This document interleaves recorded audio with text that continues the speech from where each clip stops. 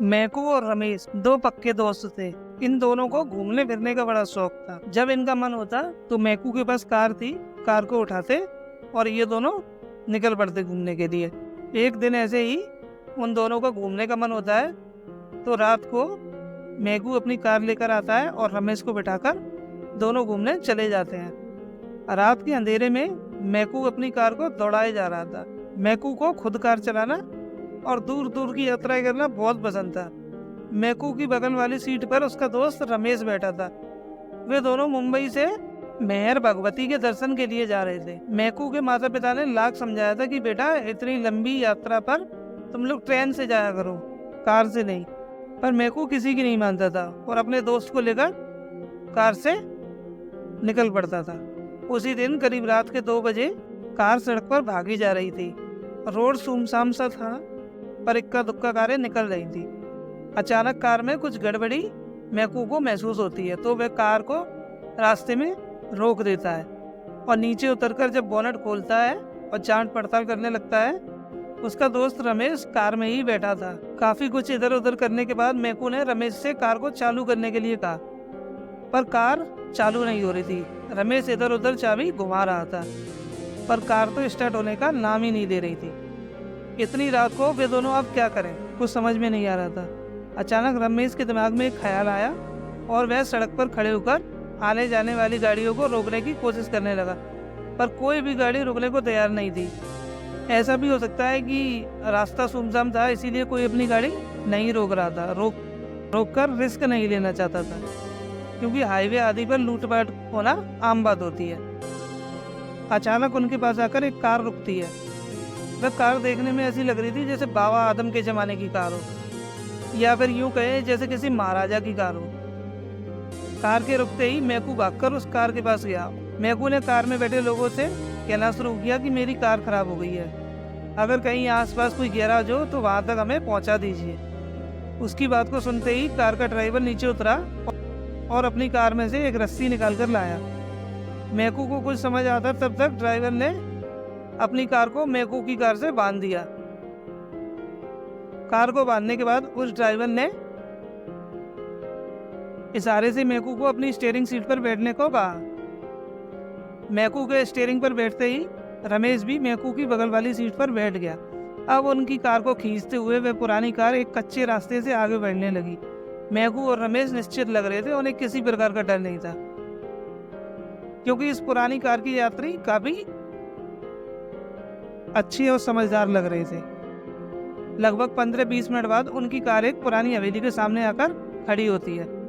मैकू और रमेश अपनी कार से उतर चुके थे। दूसरी कार से उनका ड्राइवर निकला और रौबदार आवाज में बोला कि आप लोग अंदर चले, मैं अभी थोड़ी देर में मैकेनिक को बुलाकर कार ठीक करा दूंगा और उसके बाद आप लोग जहाँ जाना चाहें वहाँ जा सकते हैं। मैकू और रमेश बिना कुछ कहे उस ड्राइवर के साथ उस पुरानी हवेली में चले गए। हवेली बहुत ही बड़ी थी और बहुत ही पुरानी लग रही थी। और एक बात मैकू और रमेश को चौंकाने वाली लगी कि इतने समृद्ध लोगों को रहते हुए यह हवेली इतनी गंदी क्यों लग रही है। जगह जगह जाले लटके हुए थे, अजीब प्रकार की बदबू भी आ रही थी। मैकू और रमेश कसकर एक दूसरे का हाथ पकड़े हुए थे और उस बूढ़े ड्राइवर के पीछे पीछे हवेली के अंदर आगे बढ़ते जा रहे थे। अचानक हाथ में चिराग लिए एक अधेड़ महिला बाहर आई। उसकी आवाज थोड़ी सी डरावनी लग रही थी। उसने इशारे में उस ड्राइवर से कुछ कहा। वह ड्राइवर मैकू और रमेश को उस अधेड़ महिला के पीछे जाने का इशारा करते हुए खुद दूसरी तरफ चला गया।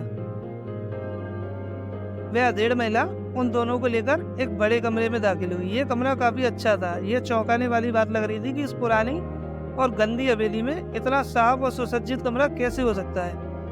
वह कमरा दूधिया प्रकाश से भरा हुआ था, पर यह प्रकाश कहाँ से आ रहा था इसका कुछ पता नहीं चल रहा था। मैकू और रमेश उस कमरे में लगी आलीशान कुर्सियों पर बैठ गए। उनकी अब खातिरदारी शुरू हुई। अब उन दोनों को बहुत सारी बातें अजीब लग रही थी। अब उस बड़े कमरे पे कम से कम 12-15 लोग आकर जमा हो गए। कहीं स्वादिष्ट भोजन की खुशबू तो कहीं पैगों का दौर चल रहा था। मैकू तो आए दिन दूर दूर की यात्रा करता था, रात बिरात में कहीं भी चला जाता था। उसे भूत प्रेत पर ना तो विश्वास था और ना वह ये सब मानता था। वह एकदम निडर स्वभाव का था। वह अपने आप को माँ मेहरावाली का बहुत बड़ा भक्त मानता था और वर्ष में कम से कम 1-2 बार माँ के दर्शन के लिए जरूर जाता था। उसके गले में माँ की माला हमेशा लटकी रहती थी और साथ ही उसकी शर्ट की ऊपरी जेब में एक दुर्गा चालीसा की किताब भी लगी रहती थी। उसे जब भी थोड़ा समय मिलता वह चालीसा को निकालकर पढ़ लिया करता। आज निडर मैकू को भी डर लगने लगा था और उसे अब ऐसा लग रहा था कि वह और उसका दोस्त किसी बड़ी मुसीबत में फंस गए हैं। उसके आसपास के लोगों का व्यवहार काफ़ी अजीब और चौंकाने वाला था।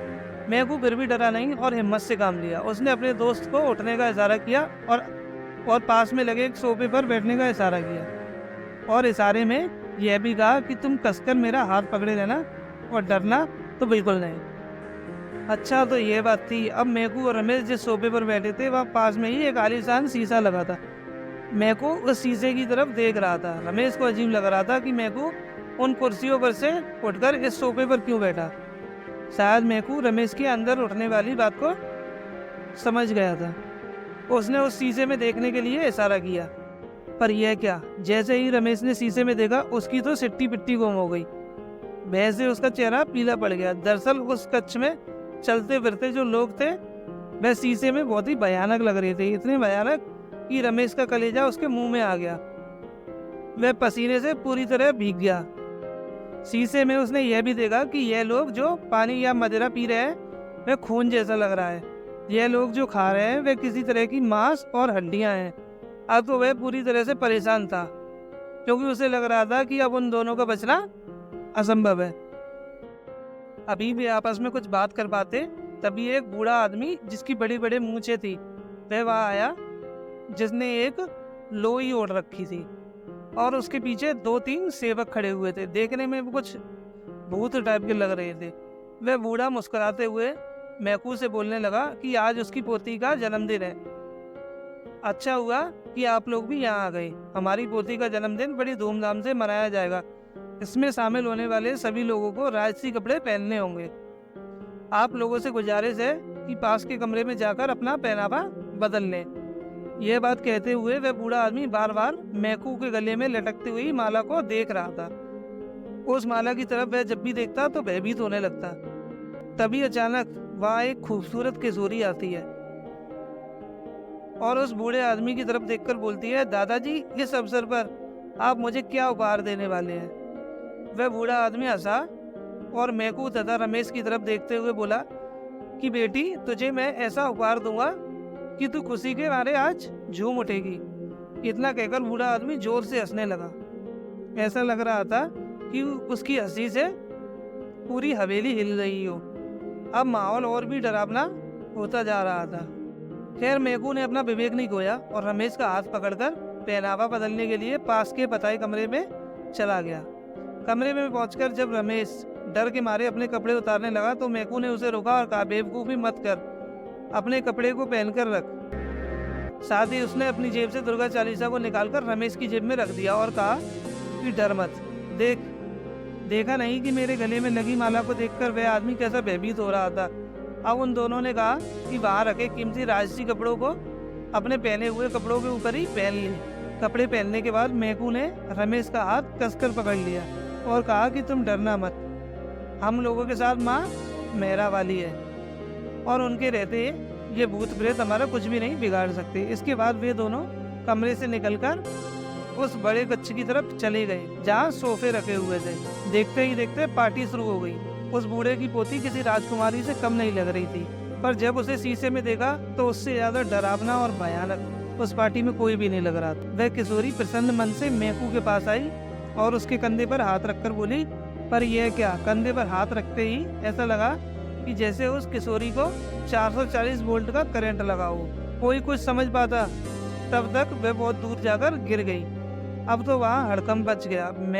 मैकू को सब समझ आ रहा था। उसे लगा कि यह सब जरूर उसके गले में जो माला है उसके कारण हुआ है। उस किशोरी के दूर गिरते ही कई भूत प्रेत उसे उठाने में लग गए, जबकि वह बूढ़ा दौड़कर मैकू के पास आया और थोड़ा तेज आवाज में उन पर चिल्लाते हुए बोला कि मैंने आपसे कहा था कि आपको सारे कपड़े उतारकर नए कपड़े पहनने हैं, पर आपने हमारी बात नहीं मानी। आप अपने गले में जो माला पहने हैं उसे भी उतार कर रख दीजिए। हमारे यहाँ की यही प्रथा है। मैकू ने नामे से रिलाते हुए कहा कि वह किसी भी हालत में इस माला को नहीं उतारेगा, और इतना कहते ही वह रमेश का हाथ और कसकर पकड़ते हुए खड़ा हो गया। अब तो उस कमरे का हाल पूरी तरह से भयानक हो गया था। जो लोग सीधे साधे लग रहे थे अब वे भयानक हो गए। कुछ तो बड़े बड़े दांत बाहर निकालकर हंसने लगे, तो कुछ अजीब अजीब हरकत करने लगे।